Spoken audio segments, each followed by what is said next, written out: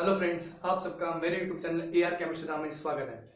Friends, आज अपन oxidation का जो सेकंड पार्ट है वो डिस्कस करेंगे और इस सेकंड पार्ट के अंदर आज अपन डिस्कस करेंगे oxidation of benzene, oxidation of phenol and some conversion और ABC questions which are based on previous sessions. यानी मैं कह दूं कि जितने भी क्वेश्चंस अपन ने आज तक वीडियोस रिकॉर्ड किए हैं उन सभी वीडियोस में जो टॉपिक्स अपन ने डिस्कस किए हैं उनसे रिलेटेड, जैसे नेम रिएक्शंस को मान लो या रिडक्शंस को मान लो, उन सब से टॉपिक्स में जो क्वेश्चंस बन रहे हैं उन क्वेश्चंस को आज अपन यहाँ डिस्कस कर रहे हैं।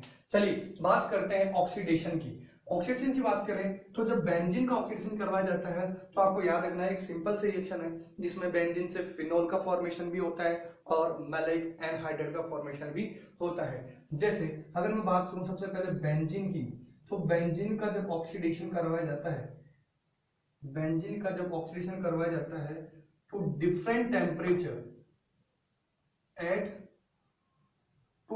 temperature in presence of vanadium pentaoxide। Very important, ये कैटलिस्ट आपको याद रखना है।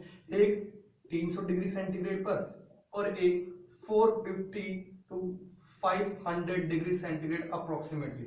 ठीक है, तो यहाँ जब 300 डिग्री सेंटीग्रेड की बात की जाती है तो ये फिनोल का फॉर्मेशन करता है। इसका फॉर्मेशन करता है फिनोल का। लेकिन अगर मैं इस टेम्परेचर पर इसको ऑक्सीडाइज करता हूं तो ये मैलाइक एनहाइड्राइड का फॉर्मेशन करता है।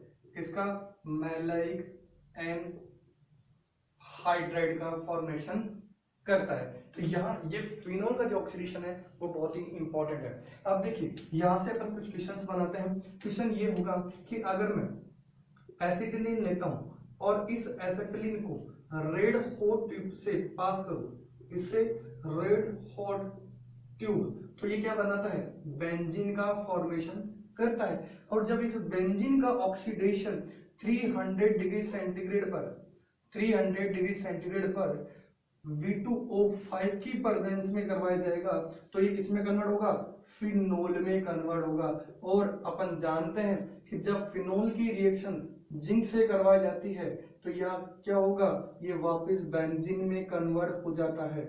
और सबसे इंपॉर्टेंट, इसी फिनोल का जब मैं नाइट्रेशन कंसंट्रेटेड HNO3 और H2SO4 की प्रेजेंस में करवाता हूं तो ये पिक्रिक एसिड का फॉर्मेशन करता है। तो यहां से इस तरह से अपने को क्वेश्चंस एग्जाम में मिल सकते हैं। ऐसे ही अगर मैं इसी का नाइट्रेशन अगर मैं डाइल्यूट HNO3 की प्रेजेंस में कराऊं तो ये ऑर्थो प्लस पेरा नाइट्रोफिनोल का फॉर्मेशन करता है। ये अपने को ध्यान रखना है, बहुत ही इंपॉर्टेंट है। ऑर्थो नाइट्रोफिनोल और पेरा नाइट्रोफिनोल का फॉर्मेशन करता है। ऐसे अगर मैं इसका ब्रोमिनेशन कराऊं एक्वस मीडियम में तो ये क्या देता है, एक्वस मीडियम कह दो या मैं ब्रोमीन वाटर कह दूं तो बहुत ही इंपॉर्टेंट है स्टूडेंट्स यहाँ से। तो ये जो प्रोडक्ट बनाता है वो कौन सा बनाएगा, 246 ट्राइब्रोमोफिनोल फॉर्मेशन करेगा। 246 ट्राइब्रोमोफिनोल का फॉर्मेशन करेगा। चलिए यह क्वेश्चन आपको याद रखना है। ऐसे अगर मैं यहां से अगर मैं इसका nitration कराऊं concentrated HNO3 and H2SO4 तो ये क्या देता है अपने को, नाइट्रोबेंजीन का फॉर्मेशन करेगा। और जब इस नाइट्रोबेंजीन का ध्यान रखना, जब इस नाइट्रोबेंजीन का रिडक्शन Sn प्लस HCl के प्रदेश में करवाया जाता है तो अपन जानते हैं ये नाइट्रोबेंजीन किसमें कन्वर्ट हो जाएगा, NH2 यानी एनिलीन में कन्वर्ट हो जाएगा। और जब इस एनिलीन की रिएक्शन कंसंट्रेटेड H2SO4 से करवाई जाएगी तो सबसे पहले ये एसिडिक प्रॉपर्टी शो करेगा H2SO4 और इधर NH2 ग्रुप अपनी बेसिक प्रॉपर्टी शो करेगा। दैट मींस ये बनाएगा इस तरह का एक आयन का फॉर्मेशन करेगा। ठीक है, और फिर ये हीट करने पर ये किसमें कन्वर्ट हो जाएगा, पेरा अमीनो बेंजीन सल्फोनिक एसिड में कन्वर्ट हो जाएगा। और अपन इस कंपाउंड को जानते हैं कि जब इस कंपाउंड की बात की जाएगी तो यहाँ बेसिक ग्रुप और एसिडिक ग्रुप दोनों प्रेजेंट है तो ये एक ज्विटर आयन का फॉर्मेशन कर लेगा। ये अपने को याद रखना है, ये क्या बना लेगा, एक ज्यूटर आयन का फॉर्मेशन कर लेगा। इस बार के लिए ये रिएक्शन इंपॉर्टेंट है, हो सकती है ये आ जाए अपने पास चांसेस है। ठीक है स्टूडेंट्स, नोट कीजिए। चलिए अब आगे चलते हैं, इसी के अंदर अपन फिनोल के ऑक्सीडेशन की बात करते हैं। अच्छा क्वेश्चन है, अगर आप ये रिएक्शंस जोड़ना चालू कर देंगे ना तो आपके लिए रिएक्शंस याद करना बहुत आसान हो जाएगा। जैसे मैंने अभी एनिलीन दिया और एनिलीन को मैं जब NaNO2 प्लस कंसर्ट एसिड से कराऊंगा तो बेंजीन डाइएजोनियम प्रोवाइड कराएगा, और फिर बेंजीन डाइएजोनियम से आप Sandmeyer, Gattermann, Balz Schiemann, reduction, coupling reaction, ये सारे के सारे आप यहाँ से ऐड कर सकते हैं। चलिए अब अपन आगे चलते हैं, फिनोल के ऑक्सीडेशन की बात करते हैं। देखिए फिनोल का ऑक्सीडेशन देखा जाए तो वैसे तो कोई ज्यादा खास नहीं है, लेकिन इसमें जो एक रिएक्शन है वो बहुत ही इंपॉर्टेंट है, वो कौन सी है वो देखते हैं। सेकंड अपन बात करते हैं ऑक्सीडेशन ऑफ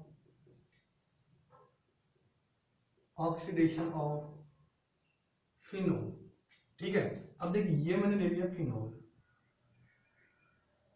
ये फिनोल ले लिया, और इस फिनोल की रिएक्शन मैंने किससे करवाई, पहले करवा दी मैंने एयर की प्रेजेंस में ऑक्सीडेशन, केवल ओपन छोड़ दिया, खुला छोड़ दिया उसको। ऐसे ही अगर मैं यहाँ CrO2Cl2 की प्रेजेंस में ऑक्सीडेशन करवाऊं, क्या करवाऊं, ऑक्सीडेशन, या मैं ये कह दूं सोडियम Na2Cr2O7 ले लूं, या मैं कह दूं K2S2O8 पोटेशियम पर सल्फेट ऑक्सीडेशन, क्या कह रहा हूं, K2S2O7, O8 नहीं है, O7 है, क्या कह रहा हूं उसको, पोटेशियम पर सल्फेट ऑक्सीडेशन कह देंगे हम, क्या कहेंगे इसको, पोटेशियम पर सल्फेट ऑक्सीडेशन। तो देखिए याद रखना है, इन तीनों की प्रेजेंस में कोई सा भी यूज कीजिए, इन तीनों में से जो बनने वाला कंपाउंड होगा वो कुछ इस तरह का बनेगा, बेंजोक्विनोन। क्या बनेगा ये, बेंजोक्विनोन का फॉर्मेशन होगा, इसका होगा बेंजोक्विनोन का फॉर्मेशन करेगा। लेकिन यहां ध्यान रखना है, ये किनोन न बना करके ये बनाएगा 1,4 डाइहाइड्रोक्सी, 1,4 डाइहाइड्रोक्सी बेंजीन का फॉर्मेशन करेगा। अब देखिए इसी को आप हाइड्रोक्विनोन भी तो कह सकते हैं, सॉरी क्विनोल भी तो कह सकते हो आप, क्विनोल भी कहते हैं। तो याद रखना है कि अगर पोटेशियम परसल्फेट ऑक्सीडेशन ऑफ फिनोल हो रहा है तो ये क्या बना सकता है, क्विनोल बना सकता है, या 1,4 डाइहाइड्रोक्सी बेंजीन का फॉर्मेशन कर सकता है। और अगर इनमें से कोई सा भी अगर यूज करेगा तो वो क्या बनाएगा, बेंजोक्विनोन का फॉर्मेशन करेगा। ये दोनों के दोनों ऑक्सीडेशन अपने एग्जाम के लिए बहुत इंपॉर्टेंट है। स्टूडेंट्स इससे पहले वाला जो वीडियो था उस वीडियो के अंदर अपन ने एल्कीन का ऑक्सीडेशन देख लिया था, एल्कीन का ऑक्सीडेशन देख लिया था, और एल्कीन में भी मैंने दो पार्ट में डिवाइड करके बताया था, एक डाइल्यूट कैमनोफोर, एक कैमनोफोर इन एसिडिक मीडिया, और K2Cr2O7 in acidic media. Dilute कैमनोफोर के प्रेजेंस में डाइओल का फॉर्मेशन हो रहा था, और कैमनोफोर इन एसिडिक मीडिया और K2Cr2O7 एसिडिक मीडिया, इसमें कार्बोनिल कीटोन या कार्बोक्सिलिक एसिड का फॉर्मेशन हो रहा था, और वो किस पे डिपेंड करता था, और नेचर ऑफ एल्कीन पे डिपेंड करता था। ये मैंने पिछले वाले वीडियो में डिस्कस किया था। अब देखिए यहां से अपन एक क्वेश्चन उठाते हैं। देखिए अगर मैं जनरली ये कहूं कि अगर आपसे यहां से फिर पूछ लिया जाए कि ये फिनोल कैसे बना होगा, तो हो सकता है कि यहाँ ये क्लोरोबेंजीन की रिएक्शन डाइल्यूट NaOH की प्रेजेंस में 623 केल्विन पर करवा दी जाए, तो ये क्या बना सकता है, एसन रिएक्शन के थ्रू फिनोल का फॉर्मेशन कर सकता है। ऐसे ही अगर आपसे पूछा जाए क्लोरोबेंजीन कैसे बना होगा, तो अपन जानते हैं कि क्लोरीनेशन करवाई जाए, अगर मैं Fe मेटल की प्रेजेंस में करा दूं या FeCl3 की प्रेजेंस में क्लोरीनेशन करा दूं, तो ये जानते हैं बेंजीन का क्लोरीनेशन जब होगा तो क्लोरोबेंजीन का फॉर्मेशन होगा। और ये बेंजीन कैसे बना ये भी अपन जानते हैं कि अगर मैं एसिटिलीन को रेड हॉट ट्यूब से मैं अगर पास कर दूं, रेड हॉट ट्यूब से पास कर दूं ये क्या बना सकता है, बेंजीन। बेंजीन का जब क्लोरीनेशन कराए क्लोरोबेंजीन, क्लोरोबेंजीन के लिए हेसन रिएक्शन डायल्यूट एनएच के प्रेजेंस में 623 केल्विन टेम्परेचर पर तो वो फिनॉल का फॉर्मेशन कर रहा है। फिनॉल का जब ऑक्सीडेशन करवाया गया तो इनका फॉर्मेशन हुआ। तो यहां से इस तरह से क्वेश्चंस पूछा जा सकता है। चलिए अब कुछ क्वेश्चंस अपन डिस्कस करेंगे। ये तो था ऑक्सीडेशन जिसमें अपन ने फिनॉल का और बेंजीन का ऑक्सीडेशन डिस्कस कर लिया। आगे वाला जो वीडियो होगा उस वीडियो के अंदर, वीडियो लेक्चर के अंदर अपन आगे वाला जो वीडियो लेक्चर होगा उस वीडियो लेक्चर के अंदर अपन ऑक्सीडेशन ऑफ अल्कोहल डिस्कस करेंगे और वो ऑक्सीडेशन बहुत ही इंपॉर्टेंट होगा, बहुत ही इंपॉर्टेंट। ठीक है स्टूडेंट्स, जिसमें अपन अल्कोहल से कार्बन कंपाउंड को बनाएंगे और फिर कार्बन कंपाउंड को कार्बोक्सिलिक एसिड में कन्वर्ट करेंगे थ्रू द ऑक्सीडेशन। चलिए यहां से अपन कुछ क्वेश्चंस लेते हैं। क्वेश्चन ये है, आपको ये करना है कि मेरे पास कोई कंपाउंड दे रखा है इस तरह से CH3CH CH3 CH2 CH2O है और यहाँ लिख दिया इन्होंने कंसंट्रेटेड H2SO4। तो अपन जानते हैं कंसंट्रेटेड H2SO4 के प्रेजेंस में डिहाइड्रेशन होगा। तो क्या होगा, सबसे पहले H+ देगा और ये H+ कहाँ से जुड़ेगा, इससे जुड़ेगा और यहाँ पर ये क्या बन जाएगा, OH2+ बन जाएगा। और अपन जानते हैं ये OH2+ एक लिविंग ग्रुप की तरह काम करेगा। तो ये दोनों रिमूव हो गया।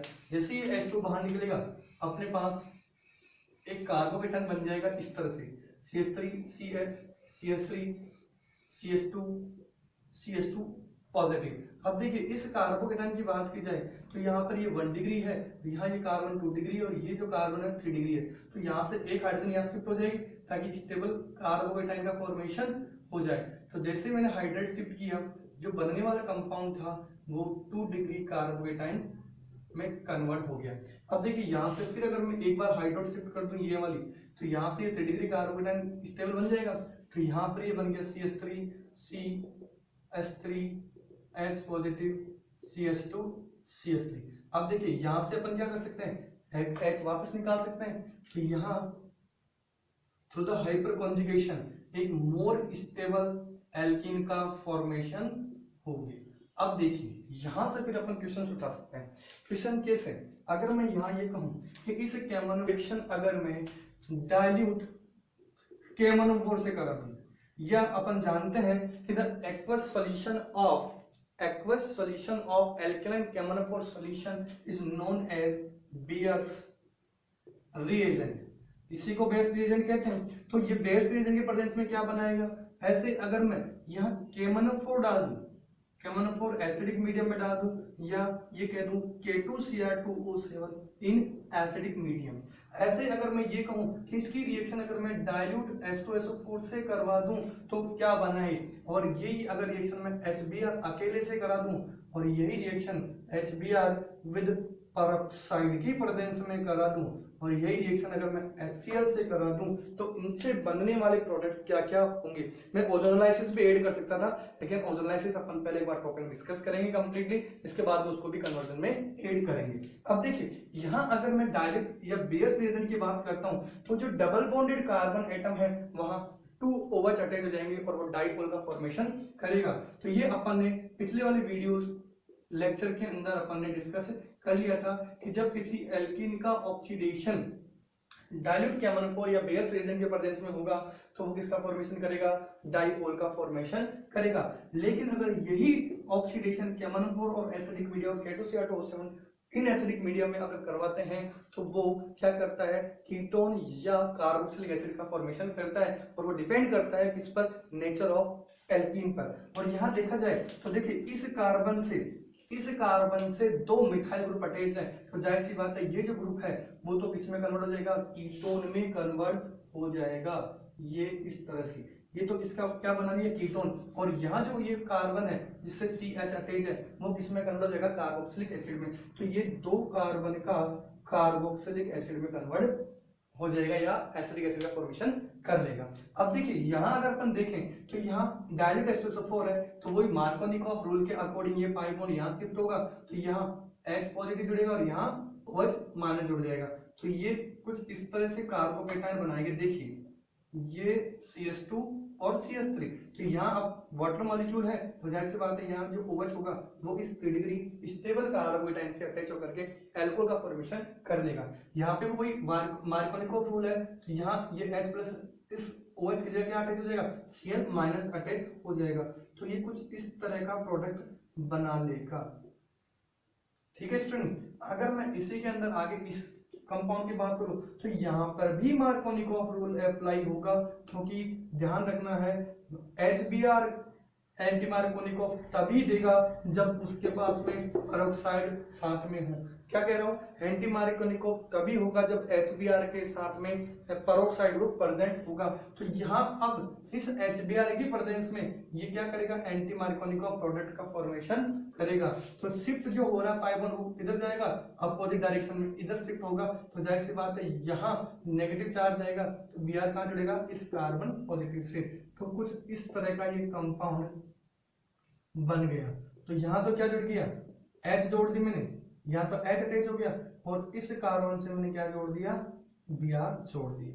तो इस तरह से ये रिएक्शंस आप करवा सकते हैं। देखिए यहाँ पर अगर मैं देखूँ इस एल्कोहल से, तो आपको अगर हो सकता है कि इस तरह के कंपाउंड में एल्कीन बना के दे दे, फिर वो कार्बोकेटाइन को शिफ्ट करा करके फिर आपसे इस तरह से कंपाउंड का फॉर्मेशन करवाए। तो ये कन्वर्जन्स आपको याद रखना है। अपन एक टॉपिक और डिस्कस करेंगे जिसमें हाइड्राइड शिफ्ट और मिथाइल शिफ्ट का भी एक कंप्लीट वीडियो लेक्चर में अपलोड कर दूंगा, ताकि अगर इस तरह के अगर कोई डाउट्स आपके होंगे तो वो यहाँ से क्लियर हो जाएंगे। अब देखिए यहाँ से फिर एक क्वेश्चन ऐड करते हैं, तो अपन देखिए ये एसीटोन है, अगर मैं इस एसीटोन की रिएक्शन अगर मैं CH3 MgCl से करा दूं और फिर उसका हाइड्रोलाइसिस करा दूं सिंगल स्टेप में, तो अपन जानते हैं कि जब कीटोन जब RMG सेट करेगा तो 3 डिग्री एल्कोहल का फॉर्मेशन करेगा। तो ये इस तरह से 3 degree alcohol that means tertiary butyl alcohol का फॉर्मेशन कर लेगा।